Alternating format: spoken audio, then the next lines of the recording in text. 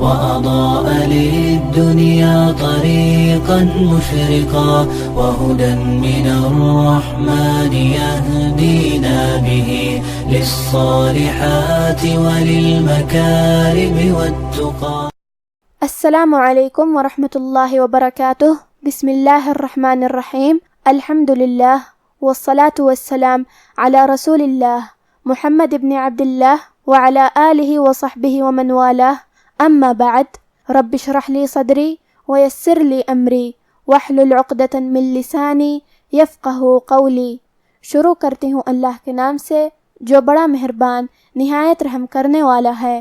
بإذن اللہ آج کے درس نمبر 134 میں سورۃ الجن آیت نمبر 18 سے آیت نمبر 20 تک کی شرح اور ترجمہ سماعت فرمائیں گے. تو شروع کرتے ہیں. اعوذ باللہ من الشیطان الرجیم. وَأَنَّ الْمَسَاجِدَ لِلَّهِ فَلَا تَدْعُوا مَعَ اللَّهِ أَحَدًا. کلمت وَأَنَّ میں حرف نون پہ تشدید ہے تو ہم دو حرف کے برابر نون کو پڑھیں گے کیونکہ تشدید کی اصلیت دو حرف ہے. جیسا کہ یہاں حرف نون ہے تو یہ دو نون ہے، نون ساکن اور نون متحرک. کلمت المساجدہ یہاں سین پہ کھڑا زبر ہے تو یہاں مد الف ہے. ہم اپنی آواز دو مد کے برابر لمبی کریں گے. کلمت للہ کی شروعات میں لام کے نیچے زیر ہے تو ہم لفظ الجلالہ کے لام کو پتلی آواز میں پڑھیں گے للہ. کلمت تدعو یہاں حرف الدال ہے اور اس پہ جزم ہے. یہاں ہمیں دال کو قلقلہ سے پڑھنا ہے اور قلقلہ کا معنی ہے حرف ساکن کو ہلانا، تو ہم حرف الدال کو ہلاتے ہوئے یہ کلمہ کو پڑھیں گے تدعو. پھر اس کے بعد حرف العین ہے اور عین کی ادائیگی حلق کے درمیان والے حصے سے ہے. کلمت مع میم پہ اور عین پہ دونوں پہ زبر ہے تو ہمیں یہ دونوں زبر کو برابر سے ادا کرنا ہے. اور اس کے بعد لفظ الجلالہ مطلب کلمت اللہ کے لام کو ہمیں تفخیم سے پڑھنا ہے کیونکہ اس کے پہلے والے حرف پہ عین پہ زبر ہے. مع اللہ. کلمت احدہ الف پہ اور حا پہ دونوں پہ زبر ہے تو ہم یہ دونوں زبر کو برابر سے ادا کریں گے اور حا کو حلق کے درمیان والے حصے سے پڑھیں گے. آخری میں حرف الدال پہ تنوین زبر ہے.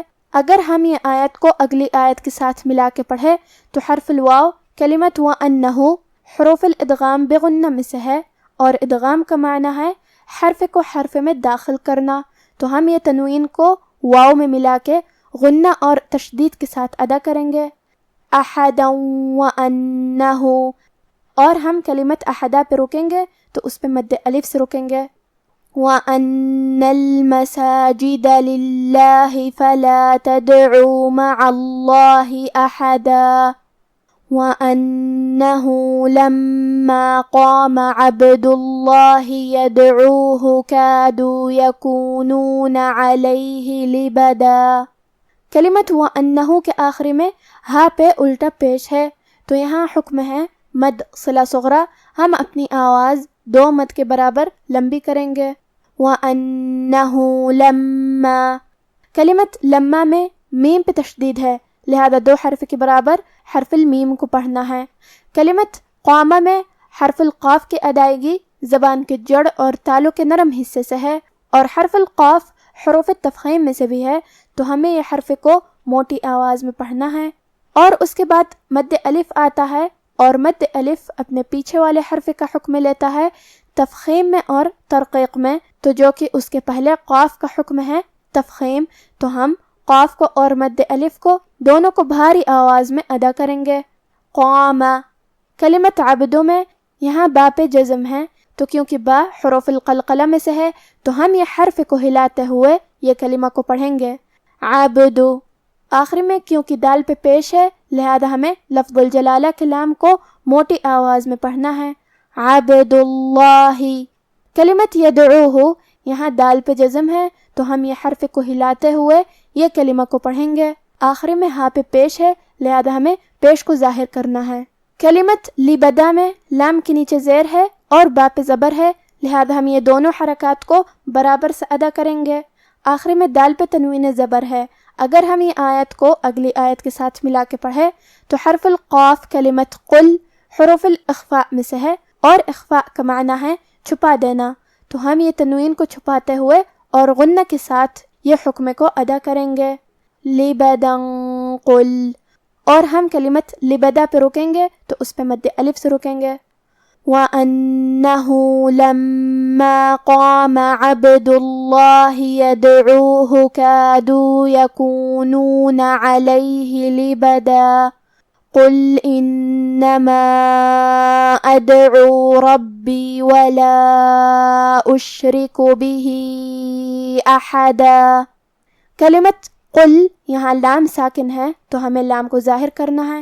کلمت انما کے آخر میں الف پہ مد کا علامہ ہے، یہاں مد جائز منفصل ہے، اور مد جائز منفصل کا معنی ہے کہ حرف المد پہلے کلمہ کے آخر میں ہو اور اس کی وجہ جو کہ حمزہ ہے وہ دوسرے کلمہ کے شروعات میں آئے۔ اس مد میں ہم اپنی آواز 2 سے 4 مد کے برابر لمبی کریں گے۔ کلمت ادعو میں حرف الدال کو ہم قلقلہ سے پڑھیں گے، مطلب یہ حرف کو ہلاتے ہوئے یہ کلمہ کو پڑھیں گے، ادعو۔ کلمت ربی یہاں حرف الراء پہ زبر ہے تو یہاں را کا حکم ہے تفخیم، ہمیں را کو موٹی آواز میں پڑھنا ہے۔ پھر با پہ تشدید ہے تو ہم 2 حرف کے برابر حرف البا کو پڑھیں گے۔ کلمت ولا کے آخر میں مد جائز منفصل ہے تو ہم اپنی آواز 2 سے 4 مد کے برابر لمبی کریں گے۔ کلمت اشرک میں یہاں کیونکہ را کے نیچے زیر ہے تو را کا حکم ہے ترقیق، ہمیں حرف الراء کو پتلی آواز میں پڑھنا ہے۔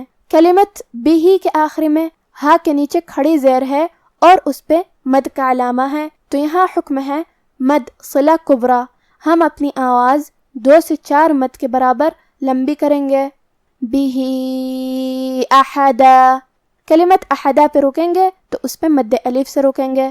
قل انما ادعو ربی ولا اشرک به احدا۔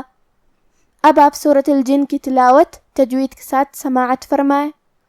اعوذ باللہ من الشیطان الرجیم وَأَنَّ الْمَسَاجِدَ لِلَّهِ فَلَا تَدْعُوا مَعَ اللَّهِ أَحَدًا وَأَنَّهُ لَمَّا قَامَ عَبْدُ اللَّهِ يَدْعُوهُ كَادُوا يَكُونُونَ عَلَيْهِ لِبَدًا قُلْ إِنَّمَا أَدْعُو رَبِّي وَلَا أُشْرِكُ بِهِ أَحَدًا۔ اور یہ کہ مسجدیں خاص اللہ کی ہیں تو اللہ کے ساتھ کسی اور کی عبادت نہ کرو، اور جب اللہ کے بندے یعنی یہ پیغمبر صلی اللہ علیہ وآلہ وسلم اس کی عبادت کو کھڑے ہوئے تو کافر ان کے گرد ہجوم کر لینے کو تھے۔